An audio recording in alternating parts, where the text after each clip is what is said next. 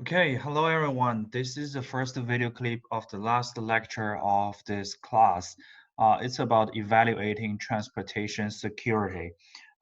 In this semester, we have discussed so much about policy making and implementation of transportation security policies.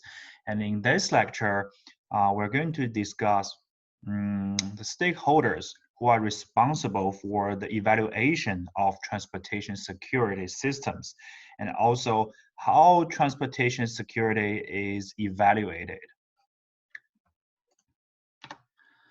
So after 9/11, so many resources have been allocated in transportation security, right? Physical barriers, guards, explosive detection, body scanners, software, and other technologies, they have been used, widely used in transportation systems, especially aviation. And the result, I would say the result is pretty good because uh, for all those years after 9/11, United States has experienced the least number of terrorist attacks in history. Okay, but I quote here. But if we, however, ask whether the visible security measures, right, that have become so prevalent in the landscape prevented more terrorist attacks, what security measures are most effective against terrorists, or whether the difference can be measured in substantially reduced risk, then hard proof is much harder to come by. So according to Jenkins, although we can say that the security is getting better, but it is pretty hard to evaluate how these technologies, how these changes in transportation security systems affect the performance of transportation security. So it is very challenging to develop performance measures and assessment to evaluate transportation security. Okay, even though even though um, given this situation, given this challenging task, all those stakeholders, they are still trying to do it, to finish this task, right? So um, besides performance measurement and assessment, okay, usually these measurements and assessments, they were done by DHS. Okay, it's self-check because transportation security is the responsibility of DHS, right? Or from the third party. Okay, besides this measurement and assessment, there are other viewpoints to consider in evaluating transportation security, including the oversight from Congress of US, right? And also the security workforce itself, personnel working in this industry, in transportation security industry. And also opinions from the public should also be valued in the evaluation of transportation security. So in this chapter, I'm going to introduce the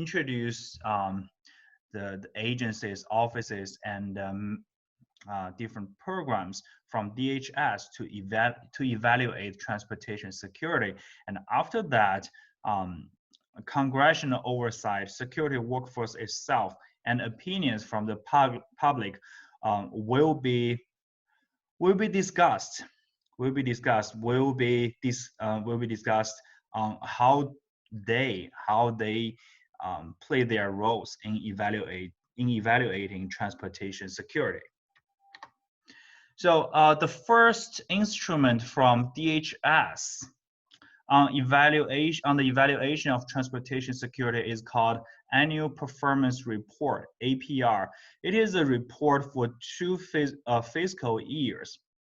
Okay, it presents the department's performance measures or indicators and applicable results aligned to its missions, provides the planned targets, and includes information on the department's priority goals. So you should know this report is not exclusively to transportation security. So it's a comprehensive one. Some of those measurements in this report, they are related to transportation security. I will introduce later. But this report in general, it is based on, all those performance measures, they are developed based on feedback from senior departmental leadership and another office called management and budget examiners from that office, departmental performance analysts, and component agency leadership and program managers, which means that all those indicators in this report, they are developed and adjusted every 2 years based on these resources, feedbacks from these resources. And there are also quarterly performance reports within DHS. Okay, these reports, they are not published to the public. However, APR, it is published every 2 years to the public. You can just simply Google it. You can find this report online, okay, from DHS. These quarterly performance reports include assessments by the individual program managers of the likelihood of their meeting prescribed targets by the end of the fiscal year. Okay, and if the goals cannot be met, these managers, they have to carry out corrective actions. And also specifically, there are 83 metrics in the report to address the performance of DHS, and 20 of them, they are related to transportation security. And here is an example of the metric, and it is about transportation security. Percentage of DHS intelligence reports are rated in customer satisfaction surveys as very satisfactory or somewhat satisfactory in enabling customers to understand the threat. So you can say we have results from 3 years. Actually, the first column is for the fiscal year. The second column is the target.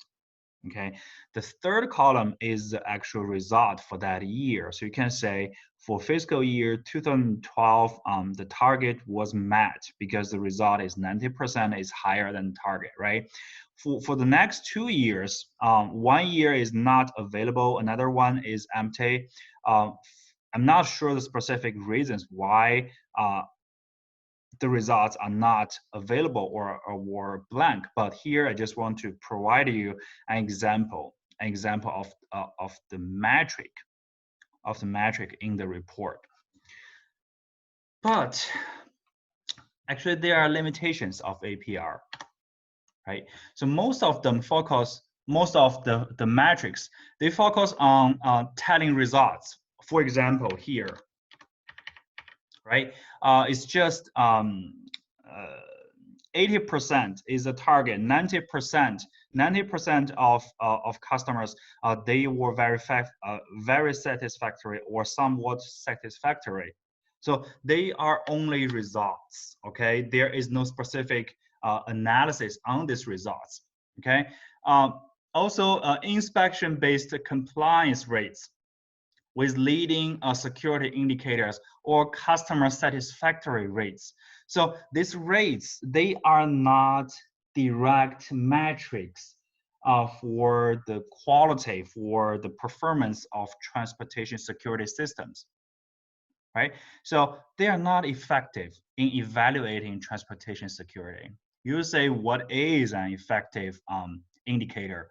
For example, the quality of the explosive detection machine, right? What's a percentage? What's a successful rate for that specific machine or for a technology?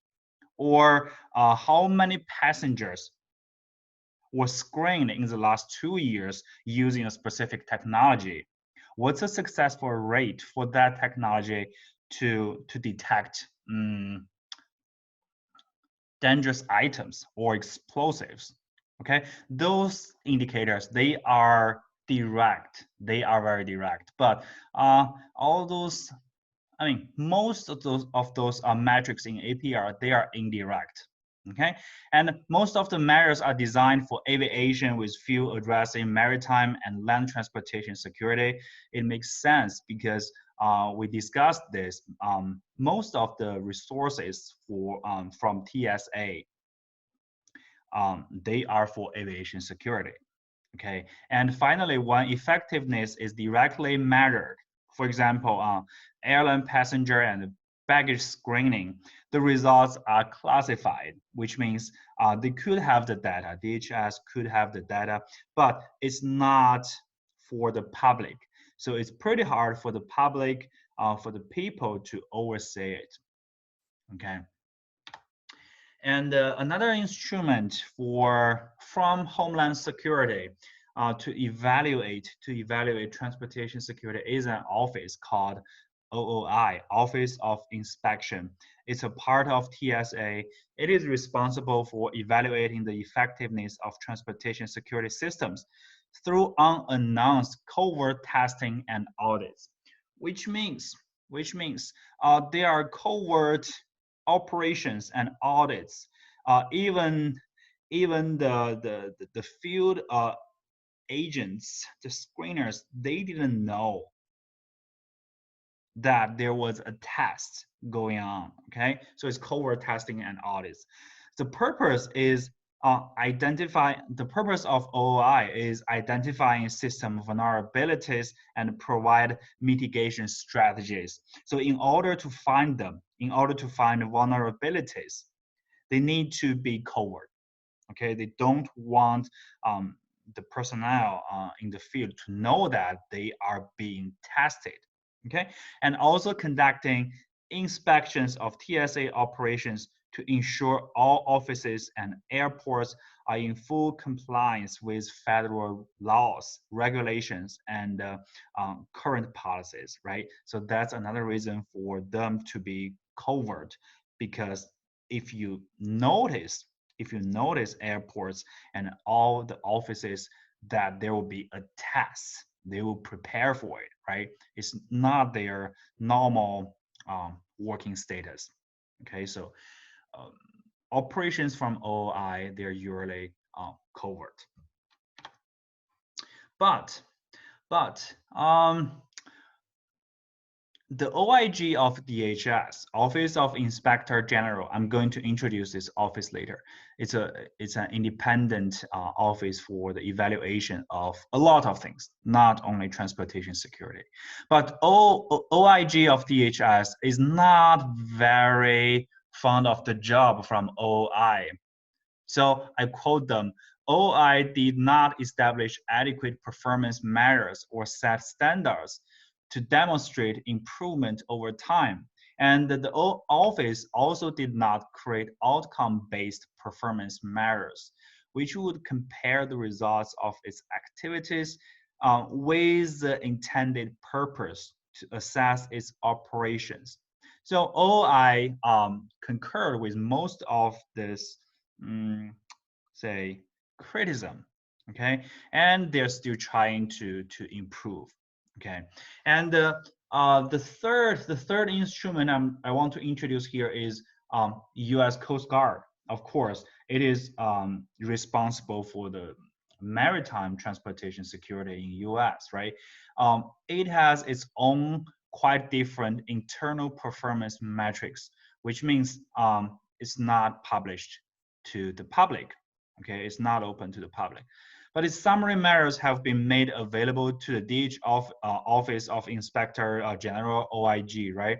So it has 6 targets for maritime security enhancement, and they are very similar to those metrics in the annual report, right?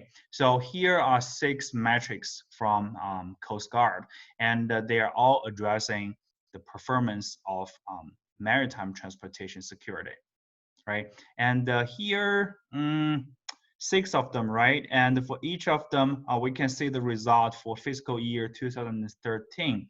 and 5 of them were met. 5 of them were met in that specific year, except the last one. But it's a pretty small difference between target and result.